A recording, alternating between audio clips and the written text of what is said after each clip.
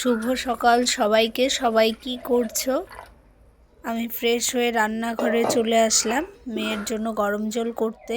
যেহেতু ঠান্ডা প্রায় চলে এসেছে, তাই আমি এখন থেকেই ওকে উষ্ণ গরম জলে সকালে ফ্রেশ করাই, আর অল্প গরম জলে ওর ড্রাই ফ্রুটসগুলো ভিজিয়ে রাখি। ঘরে কাজু বাদামটা শেষ হয়ে গেছে, তাই যেটা ছিল সেটা দিয়েই আমি ওকে আজকে ব্রেকফাস্টটা করাবো।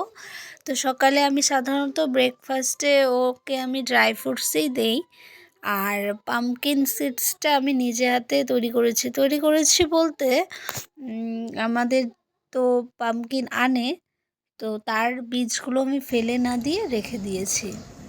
এটা কে? দেখি দেখি দেখি এটা কে? এটা কে? এটা কে? মিহি বলো পাপা, বলো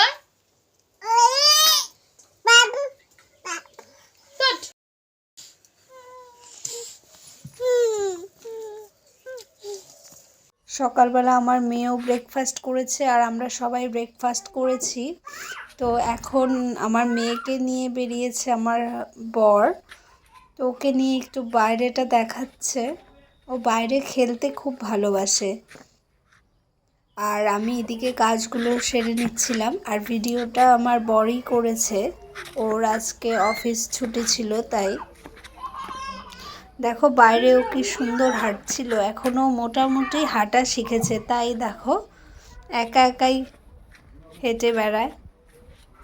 তোমরা বলবে যে পায়ে কেন মোজা পরিয়ে দিয়েছি, তার কারণ ওর পা রাত্রে খুব চুলকায়, এরকম আদো আদো পায়ে হাঁটে, তোর অনেক কিছু থাকে, তাই আমি মোজা পরিয়ে দিলাম যাতে পাটা ঠিক থাকে। মিহি এখন কুড়িয়ে খাওয়া শিখে গেছে, তাই আমি চেষ্টা করি ঘরগুলো পরিষ্কার রাখার, মেঝেগুলো পরিষ্কার রাখার। তার কারণ ও যখন ঘরে হাঁটে তখন এটা ওটা পেলে ও কুড়িয়ে মুখে দিয়ে দেয়।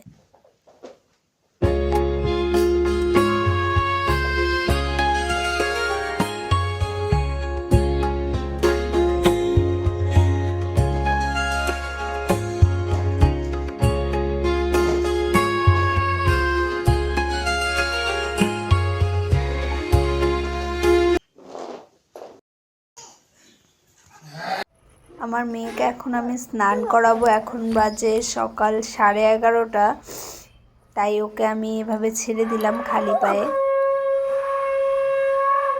ও এইভাবে খেলতে খুব ভালোবাসে একা একা। দেখো আমার সোনাটা কি সেজেছে, বউ সেজেছে।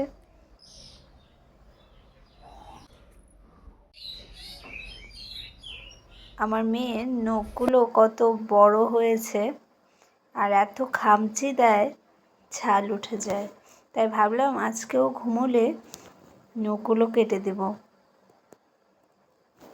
যেহেতু ঠান্ডা প্রায় চলে এসেছে, তাই আমি চেষ্টা করি 11:30 থেকে 12টার মধ্যে ওকে স্নান করিয়ে নেওয়ার। ঠান্ডা পড়ার আগের থেকে যদি বেবিকে কেয়ার নেওয়া হয়, তাহলে বেবিরা ঠান্ডাটা ভালোই কাটাবে। আসলে বেবিদের যদি কিছু হয় তাহলে বাচ্চাদের তো কষ্ট হয়ই, তার সাথে সাথে বড়দেরও কিন্তু কষ্ট কম হয় না। আর সত্যি কথা বলতে আমার বেবির কিছু হলে আমার তো খাওয়াই পেটে ঢোকে না। দেখা হবে নেক্সট ব্লগে। আজকের মতো টাটা।